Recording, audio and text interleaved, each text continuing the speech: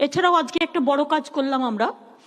Kolkata police ভাঙড় ডিভিশনের পোলেরহাট, উত্তর কাশীপুর, চন্দনেশ্বর, ভাঙড় থানার নতুন ভবন, ভাঙড় ডিভিশন, ভাঙড় ট্রাফিক গার্ডের অফিস আজকে উদ্বোধন করা হলো। এছাড়াও এটা কলকাতা পুলিশের 10ম ডিভিশন হলো, এবং আমি বলবো খেয়াদা 1 আর খেয়াদা 2টাকেও এর সাথে নিয়ে নিতে। তার কারণ হচ্ছে এটা বানতলার একদম পাশে, সুতরাং ওই জায়গাটা খুব ইম্পর্টেন্ট। ওখানে কেউ দেখার থাকছে না বলে পিতৃমাতৃহীন হয়ে পড়ে আছে, তাই অনেকে নানা রকম কাজকর্ম করছে, এইগুলো যাতে সুযোগ না পায় সেই জন্য ইমিডিয়েট ওটাকেও নোটিফিকেশন করে দেওয়ার জন্য। আমাদের সময় আমরা 6টা পুলিশ কমিশনারেট করেছি, 14টা পুলিশ জেলা করেছি, 9টা ব্যাটালিয়ন করেছি, 43টা মহিলা থানা করেছি, 173টি নতুন থানা করেছি, 8টি উপকূল থানা করেছি, 35টি সাইবার থানা করেছি, 19টা হিউম্যান রাইটস কোর্ট করেছি, আমরা ফাস্ট্যাগ কোর্ট করেছি। 84টা ছিল ফাস্ট্যাগ কোর্ট, সেন্ট্রাল গভর্নমেন্ট টাকা দিত, সব বন্ধ করে দিল, কিন্তু আমরা বন্ধ করিনি।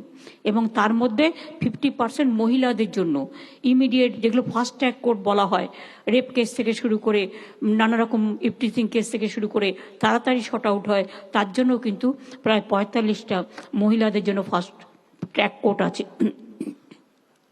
আর একটা বড় কাজ আমরা করেছি, এবং আপনাদের শুনলে ভাল লাগবে। অনেকে তো আইন শৃঙ্খলা নিয়ে অনেক অকথা কুকথা বলে, অপপ্রচার মিথ্যা করে। আমাকে কেউ 10টা গালি দিক, আমার গায়ে লাগবে না, কারণ গালাগালি খেতে খেতে আমি ছোটবেলা থেকে অভ্যস্ত হয়ে গেছি। কিন্তু বাংলাকে গালাগালি দিলে আমার খুব আপত্তি আছে। বাংলাকে কেউ যদি নিচু করতে চায়, আমাকে গালাগালি দেওয়ার নাম করে, সেখানে আমার আপত্তি থাকে। আপনারা জানেন ভারতবর্ষের মধ্যে শ্রীরামপুর থানা বেস্ট থানা হিসেবে ঘোষিত হয়েছে। তাহলে আইন শৃঙ্খলা যদি ভালো না হয়, এই জায়গাটা হবে কি করে?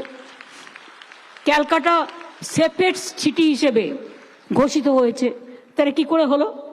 এছাড়াও মনে রাখবেন, র্যাগিং একটা অসুখও বলতে পারেন, একটা আমাকে পুনরায় আমি কেন নতুনদের করব না, এরকম ছোট্ট ছোট মানসিকতা হয়, যার জন্য র্যাগিং নির্মূল করবার জন্য আমরা ইতিমধ্যেই র্যাগিং সংক্রান্ত যে কোনো অভিযোগ জানানোর জন্য একটি টোল ফ্রি নাম্বার চালু করেছি। নাম্বারটি হলো 1800-345-5678। পারলে নাম্বারটা নোট করে নিন, 1800-345-5678। এটা 24x7 চালু থাকে।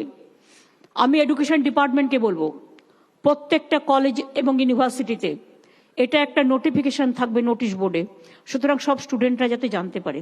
যদি কোথাও কোনো র্যাগিংয়ের সম্ভাবনা থাকে, সঙ্গে সঙ্গে তারা ফোন করলেই পুলিশ সঙ্গে সঙ্গে অ্যাকশন নেবে।